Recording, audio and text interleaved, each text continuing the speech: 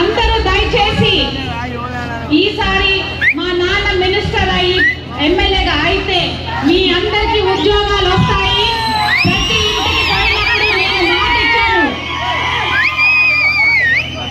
ప్రతి ఒక్కరికి మంచి నీటి సౌకర్యం కూడా కల్పిస్తారని మా నాన్న మీ అందరి సభాముఖంగా తెలియజేస్తున్నాను.